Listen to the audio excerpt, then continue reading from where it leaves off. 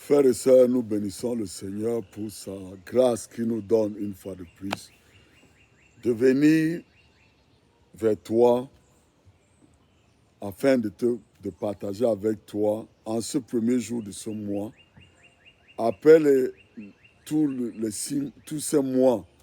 Voilà 5 mois qui sont passés. Maintenant, nous sommes dans le 6e mois. Et le Seigneur t'a béni. Si tu es vivant aujourd'hui, ce n'est pas à cause de tes œuvres.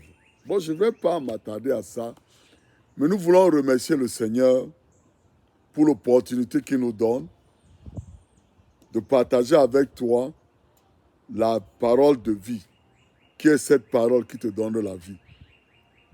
Tu sais, toute chose qui est dans ce monde a été créée par Dieu. C'est ce que ma Bible me dit. Il n'y a aucune chose dans ce monde qui s'est faite par elle-même. Tu peux avoir de l'argent, mais tu ne t'es pas créé. L'argent là peut disparaître en une nuit. Ça part. Toi-même, tu peux mourir. Et tu vas aller en enfer parce que tu n'as pas pris la voie que Dieu a donnée, qui est la voie du salut, qui est en Jésus-Christ. Je vais te parler d'une autre dimension de notre Seigneur et Sauveur Jésus-Christ. Ce qu'il est pour toi. Parce que dans la parole de Dieu, quand tu regardes dans la Bible, je veux que tu prennes ta Bible.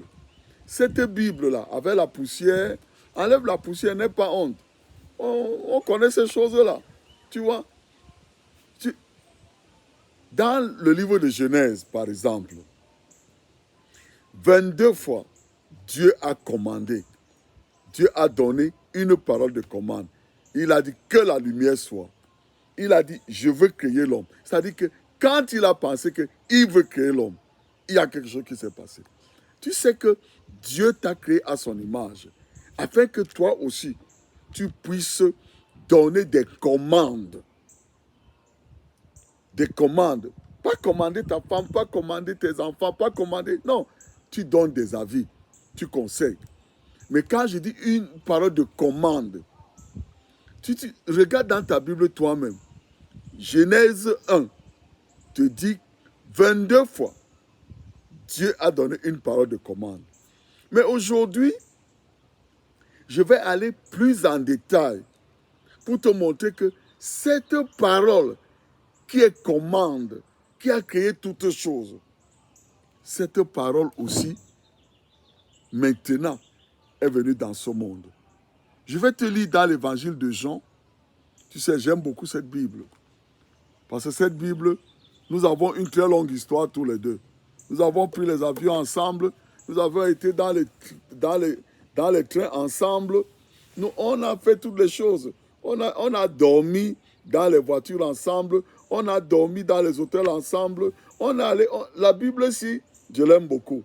C'est la deuxième que j'ai pu avoir quand je suis devenu chrétien.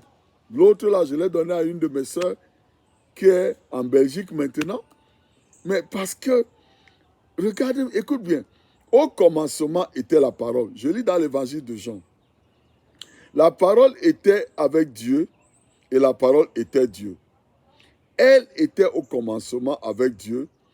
Toutes choses ont été faites par elle. Et rien de ce qui a été fait n'a été fait sans elle.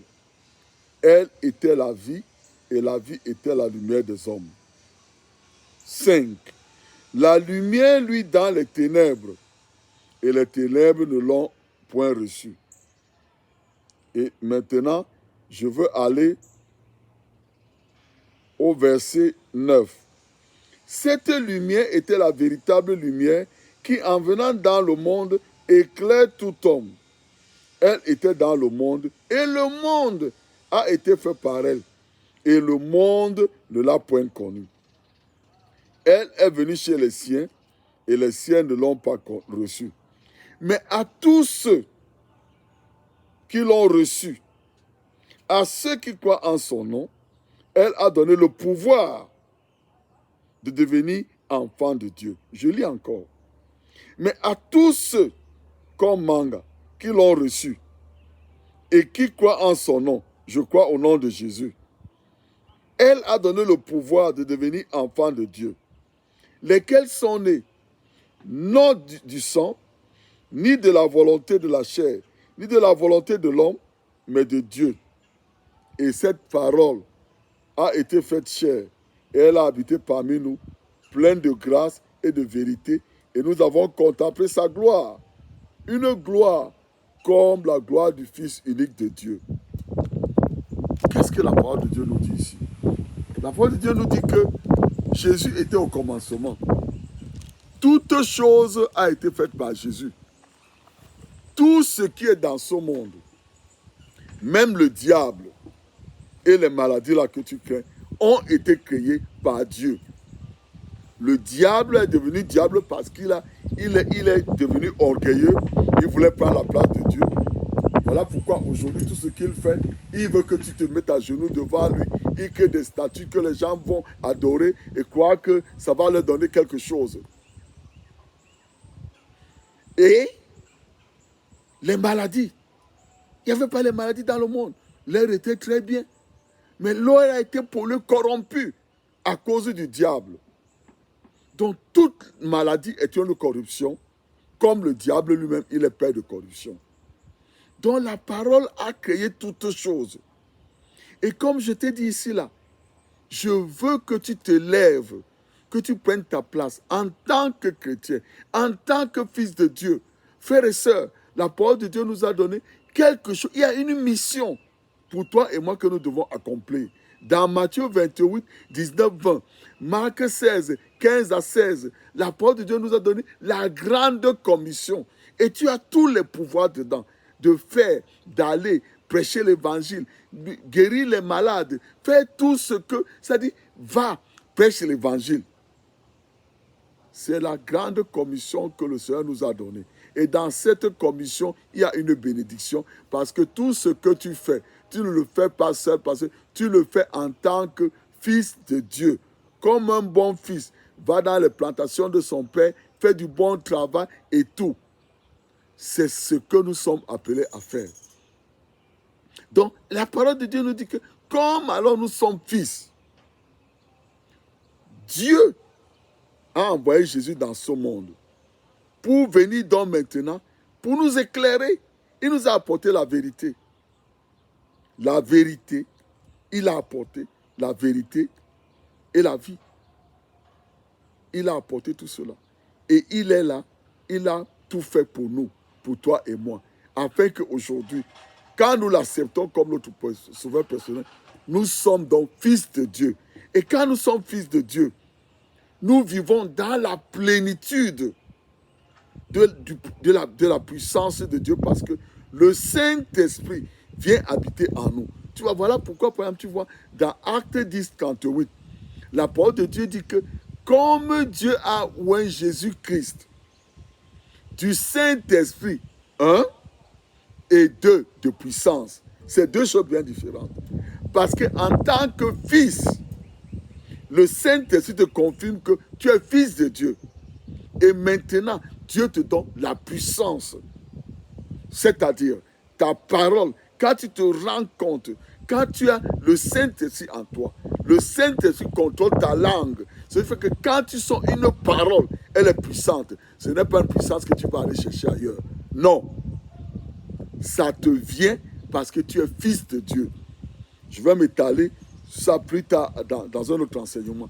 Mais aujourd'hui, ce que je veux te faire comprendre, c'est que frères et sœurs, Jésus est venu dans ce monde pour nous donner, pour nous faire établir dans le royaume. Parce que quand tu continues à lire, tu vas voir que la mission de Jésus dans ce monde a été qu'il vienne vers nous.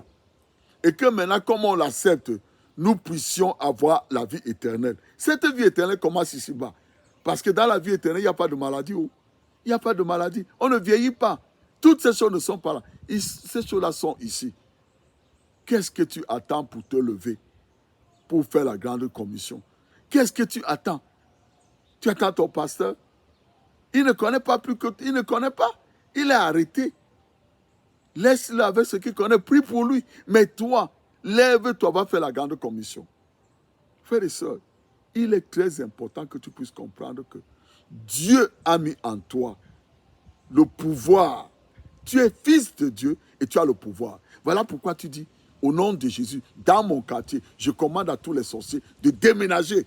Ils ont le choix. Ou ils changent, ou toutes leurs choses sont détruites. À partir d'aujourd'hui, mon quartier est protégé. À partir d'aujourd'hui, mes voitures, tout ce que j'ai est protégé. Je prends autorité contre toute puissance des ténèbres qui agit dans mon pays. Je les chasse. Je prends autorité. Je commande que la vérité de Dieu soit établie dans mon pays. Tu vois, quand tu fais ça, qu'est-ce que tu as fait? Tu as commandé. Quand tu es en route, il y a des embouteillages. Tu commandes les embouteillages de s'ouvrir parce que tu vas passer. Tu dois commander les choses à l'existence. Tu dois regarder comme ça. Pourquoi? Parce que si 22 fois Dieu a parlé, regardons un peu dans la vie de Jésus, dans tout l'évangile de Jésus. Tu n'as jamais vu un endroit où, ok, regardons par exemple, là où il a demandé à Pierre d'aller chercher le poisson. Il n'a pas dit, oh, ok, attends-moi que je pense. Il faut qu'il y ait un poisson. Donc, Père, envoie un poisson et que tu le mets devant Pierre pour qu'il le touche. Non, il a dit, Pierre, va. Le premier poisson que tu vas prendre, tu vas sortir l'argent de sa bouche. Et de cet argent, tu vas prendre de sa bouche, tu vas prendre cette pièce d'argent, tu vas aller payer les impôts, les revenus pour nous, pour ce que nous devons payer selon la religion. Donc, frères et sœurs, Dieu t'a donné ce pouvoir. Dieu t'a donné ce pouvoir. Qu'est-ce que tu veux voir dans ta famille? Commande-le en existence. Regarde dans le livre de Proverbes. Regarde que la parole de Dieu a dit que la maison du juste est bénie. Regarde dans le psaume 111. La parole dit que à cause du juste, la lumière brille. Regarde dans Ésaïe 53. Il a dit que par ces métissures, tu as été guéri. Donc tu commandes à la maladie de quitter ton corps. Regarde au verset 12 de même Ésaïe 53. Il a dit que et à cause de son travail, Dieu va donner tout ce qu'il a gagné, tous ces trophées, tous ces trophées de victoire sur le diable, toute la corruption là. Dieu va partager ça avec les forts. Voilà pourquoi la parole de Dieu dit que le faible dise que je suis fort, que le riche dise que je suis, que le pauvre dise que je suis riche, que celui qui est fatigué dise que je suis fort, je suis rempli de force. Pourquoi? Parce que Jésus a tout payé. Alors par ses métissures, j'ai été guéri de cette fatigue. Maintenant, parce que Jésus est devenu pauvre pour moi, à cause de lui, je suis devenu riche. Donc quand tu dis ça, à les dieux que des circonstances autour de toi, Je dis cela parce que, frères et sœurs, je ne sais pas ce que tu as vécu depuis le début de cette année. Mais je sais que maintenant, Dieu a un avenir pour toi. Voilà pourquoi je suis venu te dire que Dieu a commandé 22 fois en Genèse 1 seulement. Qu'attends-tu pour commander les bonnes choses dans ta vie? Qu'attends-tu? Tout ce que j'ai dit là, je n'ai que parlé aux chrétiens. Mes frères et sœurs, si tu écoutes ce que je dis et que tu n'as jamais accepté Jésus comme ton sauveur personnel, dis-lui maintenant, Seigneur Jésus, tu es venu dans ce monde. Tu es venu me sauver. Tu me connais plus que moi-même. Je t'accepte comme mon sauveur personnel. Merci parce que tu as pardonné tous mes péchés. Et tu me prends tel que je suis. Et comme aujourd'hui tu es devenu mon sauveur, je reçois le Saint-Esprit du Père qui me donne la capacité de ne plus retourner dans mes vomissements, mais de marcher dans la plénitude que Dieu m'a appelée. Et maintenant, mes yeux sont ouverts pour voir les bonnes choses que le Seigneur a préparées pour moi. Merci Seigneur. Je te bénis parce que tu m'aimes. Au nom de Jésus. Maintenant, frères et sœurs, comme c'est le premier jour du mois, nous allons prendre la communion. C'est pour ça que je t'ai fait accepter Jésus avant. Parce que maintenant, on va prendre la communion. Parce que le religieux va te dire que, oh, comme tu n'avais pas accepté Jésus comme ton sauveur personnel, tu ne devais pas prendre la communion. Ça, c'est un mensonge. Ce n'est pas écrit dans la Bible. C'est vrai que tu vas être baptisé, mais on n'a pas dit que celui qui est baptisé, si tu n'es pas baptisé, tu ne vas pas prendre la communion. Ce n'est écrit à aucun endroit. Maintenant que tu es chrétien, tu as le droit à la communion. Donc maintenant, la voici, le premier jour du mois. Nous allons la prendre. Jésus a dit, quand tu commences à lire, quand tu veux voir les histoires de la communion, tu lis dans 1 Corinthiens 11. Tu vas voir ce que Paul a reçu du Seigneur. J'aime que tu lises ta Bible. Je ne veux pas que tu m'écoutes seulement. Tu sais pourquoi, frères et sœurs? Il y a un homme de Dieu. Il est au ciel aujourd'hui et il se réjouit. Aujourd'hui, il a laissé sa femme et son enfant. Sa femme était encore, l'enfant était encore dans le ventre. Il est mort. Mais cet homme de Dieu, je l'aimais beaucoup. Il m'avait dit un jour, frère, la parole de Dieu que tu lis là, quand elle va se lever en toi, toi-même tu vas voir. Je ne te cache pas, frères et sœurs, dans mon corps aujourd'hui, même quand je dors, les versets bibliques sortent dans mon corps, dans mon sommeil. Quand quelque chose de mal va arriver, la parole de Dieu, quelque chose en moi dit que non, voilà ce que Dieu a dit. Même aujourd'hui, je continue à lire la parole de Dieu. Je lis cette Bible. Elle est en français. Et j'ai toute une collection de Bibles dans la maison, en anglais. Et j'ai toutes les traductions. J'ai même une Bible en droit là. Je lis toutes ces Bibles-là. Pourquoi? Parce que je veux comprendre. Je ne veux pas comprendre. J'avais décidé dans ma vie à ne jamais lire la Bible avec les yeux de mon pasteur. J'avais décidé que je veux que l'auteur de la Bible lui-même m'explique. Parce qu'il y a trop d'interprétations. Mais l'auteur de la Bible, qui veut que je vive sa vie dans ce monde, quand je lis la Bible, il va m'expliquer. Donc tu vois, je dis tout ça parce que je veux t'encourager à lire la Bible. Prends le livre de Jacques. Prends le temps de lire Jacques. C'est le premier livre que tu peux lire quand tu viens d'être chrétien. Ou alors tu es un vieux chrétien, mais tu ne connaissais pas le A et B de la parole de Dieu. Lis le livre de Jacques. Ça va t'aider. Donc aujourd'hui, comme tu entres dans cette alliance, ce nouveau jour de ce mois, de bonnes choses vont t'arriver. Donc tu prends le pain, n'importe quoi. Tu le bénis. Seigneur, nous bénissons ce pain et cette coupe. Et que ce soit fait pour toi, que ce soit... Seigneur, nous te bénissons. Parce qu'aujourd'hui, je me souviens que ton corps a été meurtri. S'il y a une maladie dans ton corps, dis-le que Seigneur, cette maladie, tu l'as portée dans ton corps. Seigneur, je te remercie parce que dans ton corps, tu as porté toute corruption qui se trouve dans mon corps. Et par tes meurtrissures, j'ai été guéri. Maintenant, mange.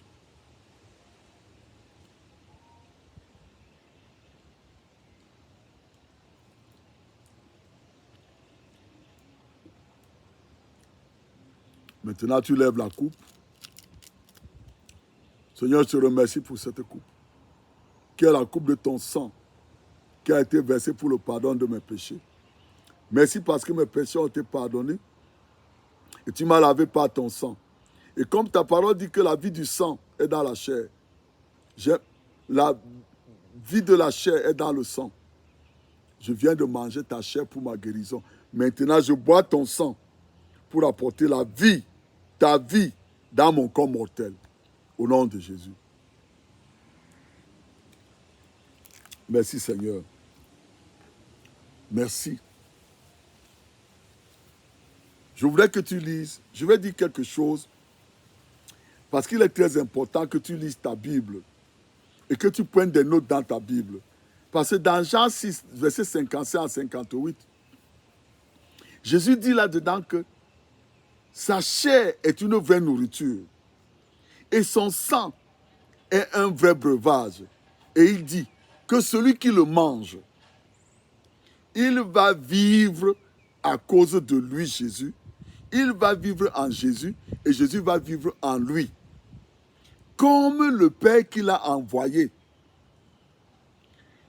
Lui, Jésus, vivait à cause du Père qui l'a envoyé.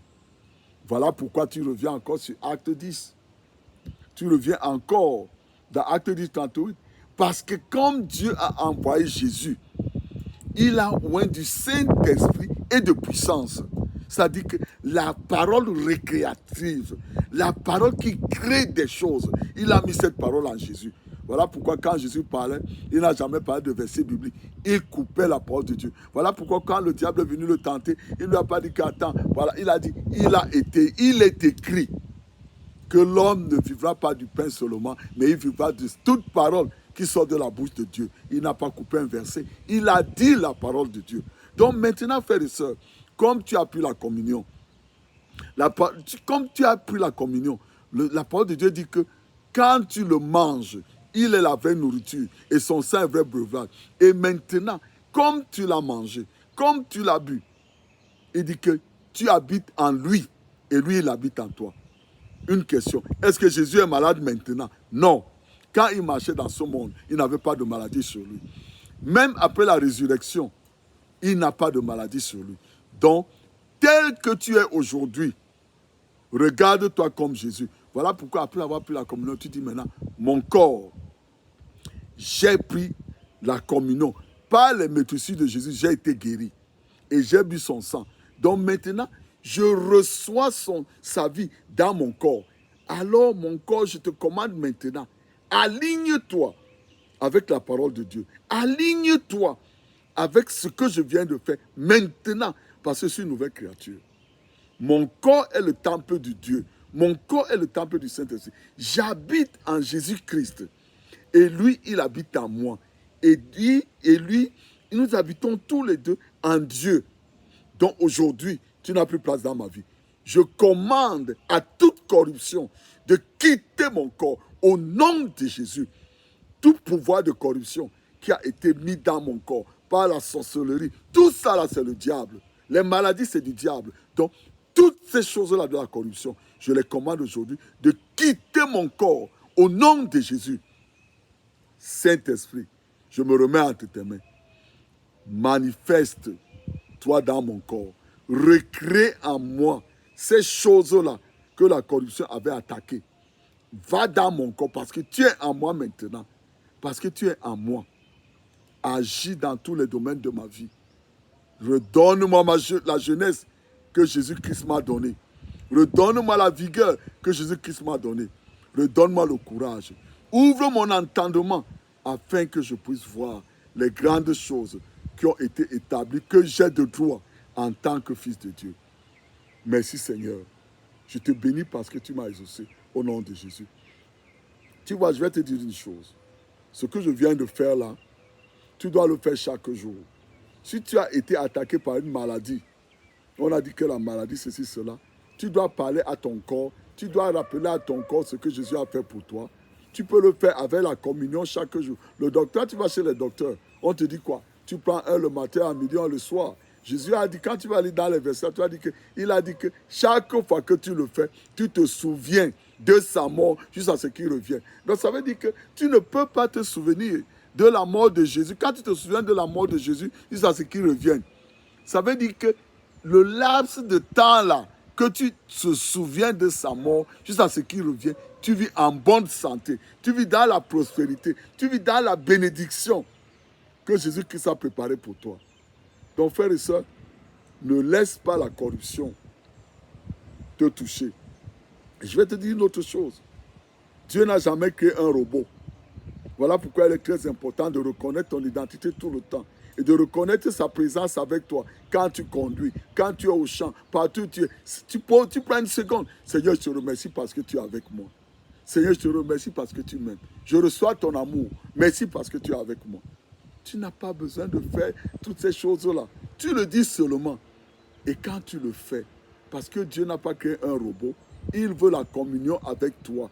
Tu vas voir comment les portes qui étaient fermées devant toi vont s'ouvrir seules. Tu vas voir comment les mauvaises portes vont se refermer parce que celui qui habite en toi est la lumière et l'obscurité ne peut pas résister contre la lumière. C'est la même chose quand tu continues à prier pour ton corps. Parce que ton corps était habitué à écouter toutes ces bêtises-là. Aujourd'hui, prends la décision de parler tous les jours à ton corps. Rappeler à ton corps. Quand tu as une douleur dans ton corps, tu la commandes de partir. Tu insistes. Tu dis, par les méthodes de Jésus, j'ai été guéri. Je te commande de quitter mon corps. Tu le fais sur toi. Tu le fais sur ta femme, sur tes enfants. Tu vas voir. C'est ça la vie pour laquelle Jésus t'a appelé. Que le Seigneur te bénisse. Tu sais, frères et sœurs, le Seigneur t'aime. Et il a fait beaucoup de bonnes choses pour toi. Et comme il a fait ça, il ne veut pas que tu meurs dans les bêtises. Que le Seigneur te bénisse. Au nom de Jésus. Amen.